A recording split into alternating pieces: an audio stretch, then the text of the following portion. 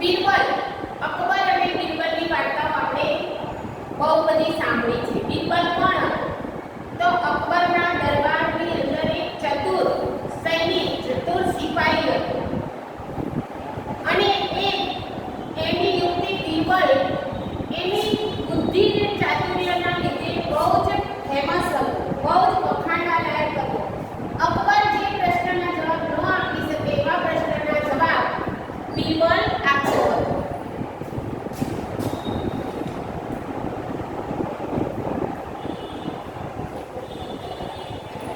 આ પાઠની અંદર આપણા અંદર જે જુદા જુદી જાતના વહેમ રહેલા છે એનો અહીંયા સચોટ ઉપાય આપણને આપવામાં આવ્યો છે. આપણે શુકન અને અપશુકનની વાતો, આપણે ઘણી બધી વાતો સાંભળી છે. આપણે રસ્તામાં જતા હોઈએ તો તમે ક્યારેક મમ્મી પપ્પા સાથે, દાદા દાદી સાથે, ક્યારેક કોઈની સાથે જતા હોય અને જો રસ્તામાંથી બિલાડી પસાર થઈ જાય તો તમને એવું લાગે કે અરે બિલાડી રસ્તો કાપ્યો છે તો કંઈક અપશુકન થશે. તો આપણે શું કરીએ છીએ? પાછા વળી જઈએ કે ના, બિલાડી રસ્તો કાપ્યો છે એટલે આપણે જવું નથી. એવું કાંઈ હોય નહીં. બિલાડી તો બિચારી એના રસ્તે જતી હોય અને આપણે આપણા રસ્તે જતા હોય, પણ આપણા મનની અંદર એવો વહેમ કે બિલાડીએ રસ્તો કાપ્યો છે તો કંઈક અચૂકતું બનશે, એવો આપણા મનની અંદર ખોટો વહેમ છે. આ પાઠની અંદર બાદશાહ અકબરનો વહેમ, જે વહેમ હોય છે એ બીરબલ કેવી રીતે દૂર કરે છે એની સરસ મજાની રજૂઆત આ પાઠની અંદર કરવામાં આવી છે. દિલ્હીની અંદર અકબર બાદશાહ રાજ્ય કરતા હતા અને બીરબલ એમનો ચતુર સૈનિક હતો, ચતુર વજીર હતા. વજીર એટલે એમના પ્રધાન હતા. એમને અને અકબર જાત જાતના અવનવા પ્રશ્નો એમને ઉપજે તો એનો જવાબ કોણ આપે? તો બીરબલ આપે, કારણ કે બીરબલમાં બુદ્ધિ ચાતુર્ય વધારે હતા અને દરેક કોયડાના જવાબ એ બીરબલ આપી દેતા હતા. બીરબલની ચતુરાઈની આપણી પાસે ઘણી બધી વાર્તાઓ છે. તમને ટાઈમ મળે તો ક્યારેક લાઇબ્રેરીમાંથી અથવા તો બુક સ્ટોલમાંથી જઈ અને એકવાર બીરબલની વાર્તાની ચોપડી લાવજો, વાંચજો, તમને બહુ મજા આવશે.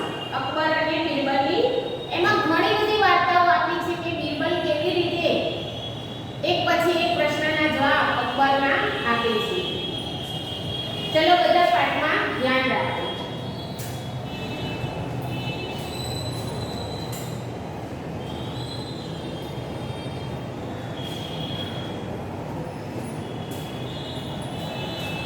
એક દિવસ બાદશાહ સવારમાં ઉઠી મહેલના ઝરૂખાની નીચે નજર કરી જોયું તો એક નોકર ઝાડુથી ચોગાન પાડી રહ્યો છે. એક દિવસની વાત છે. એક દિવસ બાદશાહ સવારમાં વહેલા ઉઠી અને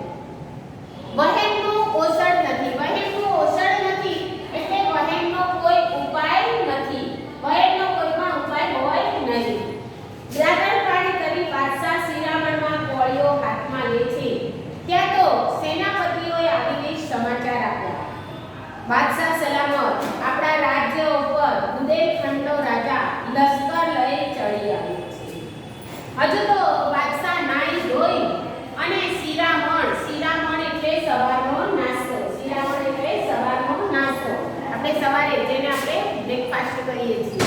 સવારનો નાસ્તો કરવા માટે જેવા બાદશાહ ટેબલ ઉપર ખુરશી ઉપર બેસે છે અને પહેલો જ કોળિયો હાથમાં લે છે, ત્યાં તો સેનાપતિ એમના સૈનિકો આવી અને સમાચાર આપે છે. શું સમાચાર આપે છે?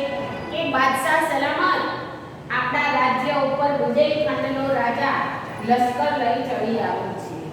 એમણે બાદશાહને સમાચાર આપ્યા કે બાજુના રાજ્યનો બુંદેલખંડનો રાજા આપણા રાજ્ય ઉપર લશ્કર લઈ અને ચડી આવ્યો છે. કોળિયો કોળિયાના ઠેકાણે ગયો.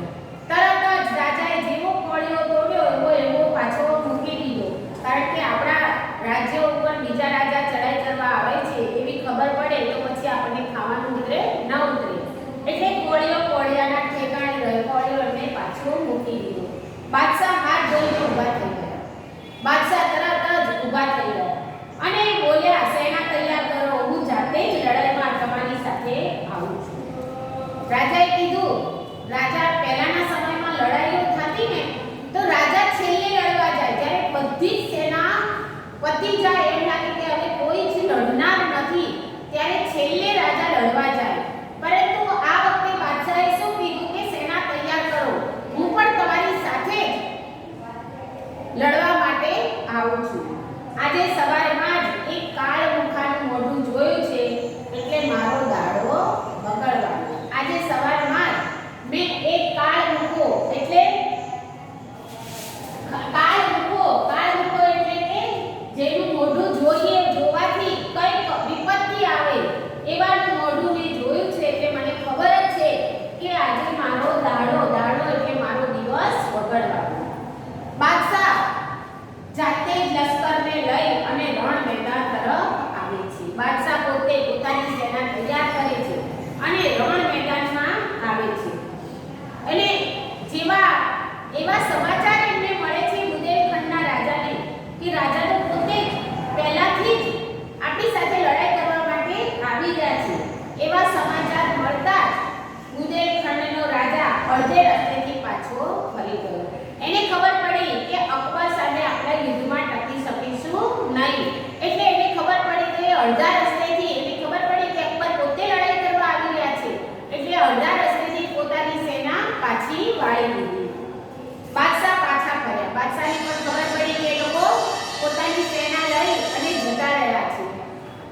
બાદશાહ પણ પાછા ઘરે આવ્યા અને જમવા બેઠા. ફરીથી જમવા બેઠા. બપોર થઈ ગઈ.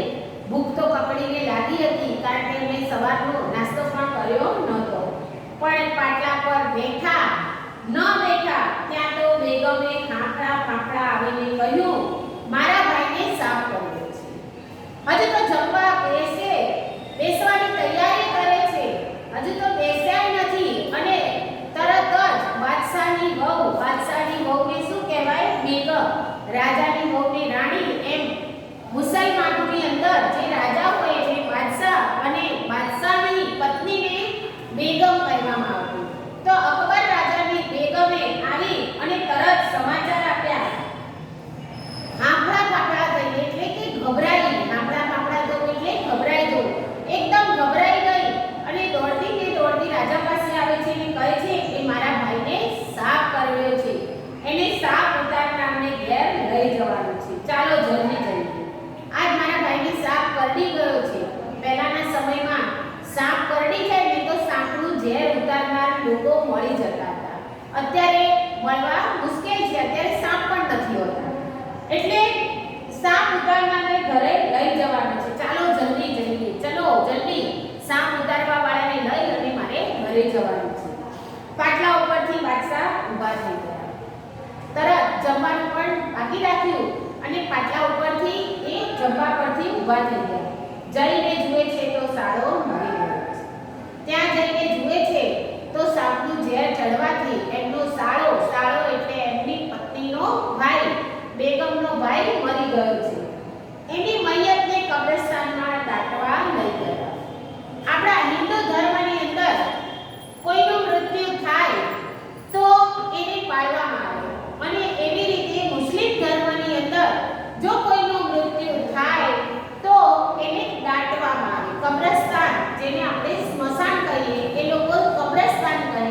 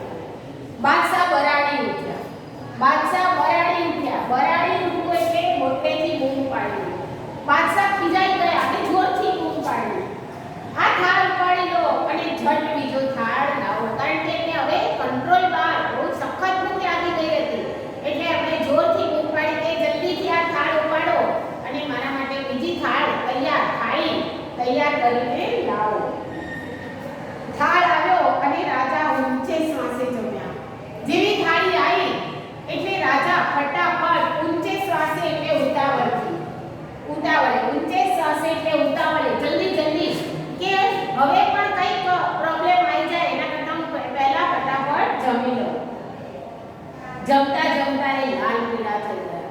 જમતા જમતા એને એટલો બધો ગુસ્સો આવી ગયો, લાલ પીળા થઈ ગયા. અને એના મનમાં પેલો વહેમ રમ્યા કરતો હતો. કયો વહેમ? મને ખબર જ હતી આ સવારે પેલા નોકરનું મોઢું જોયું, મારો આજે આખો દિવસ બગડ્યો, જમવા પણ ન મળ્યું એવો. એટલે એને જમતા જમતા પણ પેલો વહેમ રમ્યા કરતો હતો કે આ પેલા મોઢું જોયું ને ત્યારે મારો દિવસ ખરાબ થયો. એમણે હુકમ કર્યો, જાઓ પકડી લાવો પેલા અપશુકન્યાળને. પેલો જે અપશુકન્યાળ છે એ નોકરને મારી પાસે પકડી લાવો. સવારમાં એનું મોઢું જોયું છે ત્યારથી આ કમનસીબી ઊભી થઈ છે. મેં સવારના પોરમાં એનું મોઢું જોયું એટલે મને સવારમાં નાસ્તો પણ ન મળ્યો, બપોરનું જમવાનું પણ ન મળ્યું. કમનસીબ એટલે કમ ભાગી. મને આ સવારમાં નાસ્તો ન મળ્યો, બપોરે ભોજન ન મળ્યું, રાતે જમવા બેઠો તો ગરોળી પડી. એટલે તમે એ વ્યક્તિને પકડી લાવો અને એને કેદમાં પૂરી દો. કેદ એટલે એને જેલમાં પૂરી દો અને સવારે એને ફાંસીએ ચડાવી દીધો. પહેલાના સમયમાં રાજા જે હુકમ કરે એ ફાઇનલ, એમનું ડિસિઝન લાસ્ટ ડિસિઝન. રાજાએ કીધું કે સવારમાં એને ફાંસી આપી દીધો, ફાંસી આપી દેજો. સિપાહીઓએ પેલા બિચારા નોકરને પકડ્યો. બધા સિપાહીઓ ગયા એના ઘરે અને નોકરને પકડીને લાવ્યા. રસ્તામાં ઘરે ખબર પડે કે રાજાએ આવો હુકમ કર્યો છે કે સવારે એને ફાંસી આપવાની છે, તો ઘરના વ્યક્તિને કેવું થાય કે અરે મારા ઘરવાળાનો શું ગુનો હશે એવો, તો રાજાએ ફાંસીની સજા સંભળાવી દીધી. રસ્તામાં બધા એની પાછળ એના ઘરના છોકરા, એની પત્ની, એના મા બાપ, એના સગા વહાલા અને નાતીલા એટલે એના નાતના બધા જ લોકો રો પકડ કરતા ચાલતા હતા. રો પકડ એટલે જોર જોરથી રોતા હતા કે અત્યારે એને જેલમાં પૂરી દેશે, સવારે ફાંસી આપી દેશે. એટલે બિચારા પાછળ પાછળ બહુ જોર જોરથી રોતા હતા. વચમાં બીરબલનું ઘર આવ્યું. રાજમહેલ અને નોકરના ઘરની વચ્ચે બીરબલનું ઘર હતું. જેવા એ લોકો પોતાના નોકરના ઘરેથી રોતા રોતા આવતા હતા, ત્યાં રો કકડનો અવાજ સાંભળી બીરબલ બહાર આવ્યા. બીરબલે સાંભળ્યું કે શેનો આટલો જોર જોરથી રોવાનો અવાજ આવે છે. રો કકડનો અવાજ સાંભળીને બીરબલ ઘરમાંથી બહાર આવ્યા અને એમણે પૂછપરછ કરી અને બધી હકીકત જાણી લીધી. બીરબલે પૂછ્યું કે શું થયું? કે કશું થયું નથી, હું સવારે ઝાડુથી આંગણું વાળી ગયો હતો, રાજાનું બહાર આવવું અને મારું મોઢું જોવું અને રાજાને આવું આવું થયું. બધી પરિસ્થિતિની એમણે સમજ મેળવી લીધી અને બધી વાત સમજી ગયા અને બધી હકીકત એમણે જાણી લીધી. એણે પેલા કમનસીબ માણસને બાજુએ બોલાવી કાનમાં ધીમેથી કહ્યું. બીરબલે શું કર્યું? પેલા નોકરને કીધું અહીં લાવ. સૈનિકે કીધું તમે ત્યાં ઉભા રહો. નોકરને કીધું તું મારી પાસે આવ અને એને કાનમાં ધીમેથી કંઈક કહ્યું. કાનમાં કંઈક કહેવું એટલે કંઈક ગુપ્ત વાત કરી. હવે શું વાત કરી એ બીરબલને ખબર, પેલા નોકરને ખબર, બીજા કોઈને ખબર નહીં. બીરબલની વાત સમજી લઈ અને ઝાડુવાળો સિપાહીઓ સાથે આગળ ચાલ્યો. બીરબલ એને કાનમાં કંઈક સમજાવ્યું અને એ સમજી લીધું એને અને પછી પોતાના સિપાહીઓ સાથે આગળ ચાલ્યો. એની છેલ્લી ઈચ્છા પૂરી કરવા એને બાદશાહ પાસે લઈ જવામાં આવ્યો. આપણે કોઈ પણ વ્યક્તિને ફાંસી ચડાવી ને તેની લાસ્ટ ઈચ્છા પૂછવામાં આવે કે તારી જે પણ છેલ્લી કંઈ પણ ઈચ્છા હોય એ ઈચ્છા એ જે પણ હોય એ ઈચ્છા એને પૂરી કરવામાં આવે. તો એને છેલ્લી ઈચ્છા પૂરી કરવા માટે બાદશાહ પાસે લઈ જવામાં આવ્યો. બીરબલ તે સમયે બાદશાહની પાસે જ ઊભા હતા. સવાર પડી હતી, એને ફાંસી ચડાવવાની હતી એટલે બીરબલ વહેલા પહોંચી ગયા હતા. બીરબલે કીધું કે હું ત્યાં ઊભો જ રહીશ અને મેં તને સમજાવ્યું એવી રીતે તું વર્તન કરજે. બીરબલ પણ બાદશાહની પાસે જ ઊભા હતા. બાદશાહે કહ્યું, અલ્યા તારું અપશુકન્યાળ મોં મેં ગઈકાલે સવારે જોયું એટલે મારે આખો દિવસ બગડ્યો. મેં તારું સવારના પોરમાં ખરાબ મોઢું જોયું અને મારો દિવસ બગડ્યો. એવું હોઈ શકે કોઈનું મોઢું જોવાથી કોઈ મરી જાય? ન મરી જાય, પણ બાદશાહના મનમાં એવો વહેમ હતો અને એણે કીધું કે તારું મોઢું જોયું એટલે મારો આખો દિવસ બગડ્યો, આખો દહાડો ભૂખ્યા રહેવું પડ્યું, મને આખો દિવસ જમવાનું પણ ન મળ્યું, એટલે મેં તને ફાંસીની સજા કરી છે.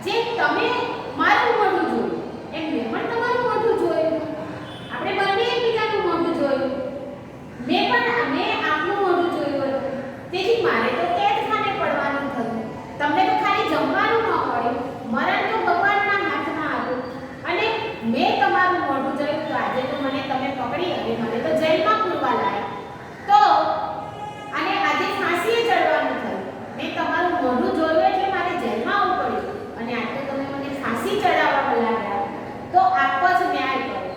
બાદશાહ તમે જ ન્યાય કરો, તમે તો બધાયનો ન્યાય કરો છો. તો આપણા બેની અંદર હું અપશુકન્યાળ કે તમે અપશુકન્યાળ, આપણા બંનેમાં વધારે અપશુકન્યાળ કોણ ગણાય? તમે ન્યાય કરો. તમારે તો ખાલી ભૂખ્યા જ રહેવું પડ્યું, મારે તો જેલમાં જવું પડ્યું, આજે ફાંસી ચડવું પડે છે.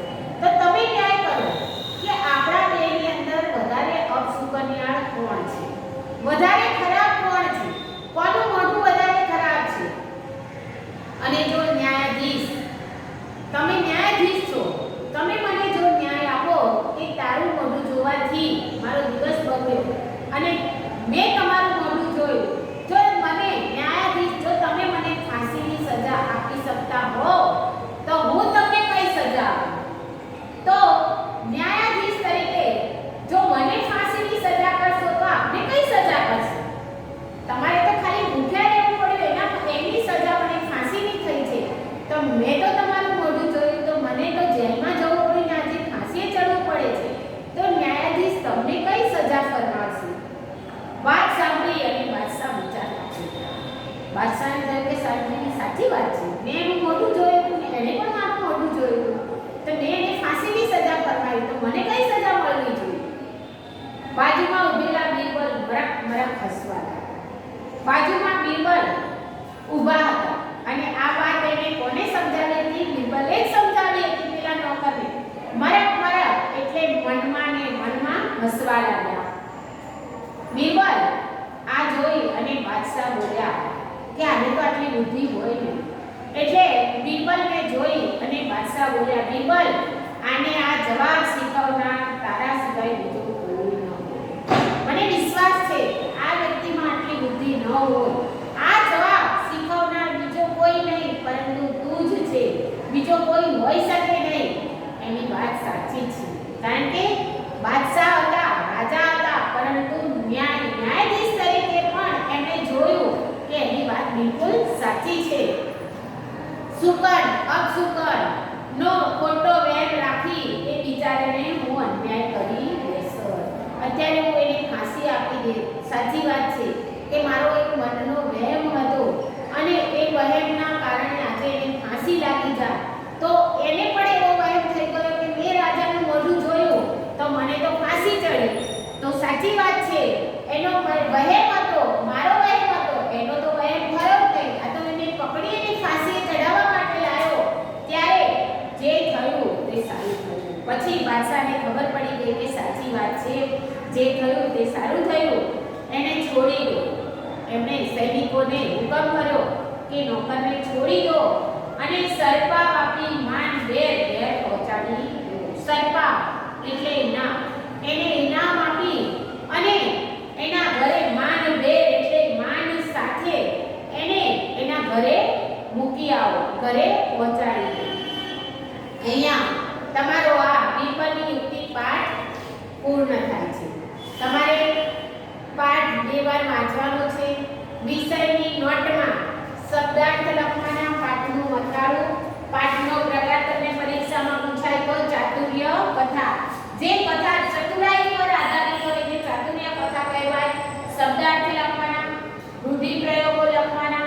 શબ્દાર્થ અને રૂઢિપ્રયોગ લખાઈ જાય પછી અભ્યાસ અને સ્વાધ્યાયના જવાબ, પ્રશ્નના જવાબ લખવાના અને તૈયાર કરવાના. ત્યાં સુધી તમારે આગળના પાઠ પણ વાંચીને રાખવાના છે. ગમે ત્યારે પરીક્ષા લેવાય તો આપણને તરત પ્રશ્નના જવાબ આવડે. ત્યાં સુધી નમસ્કાર, બાય બાય.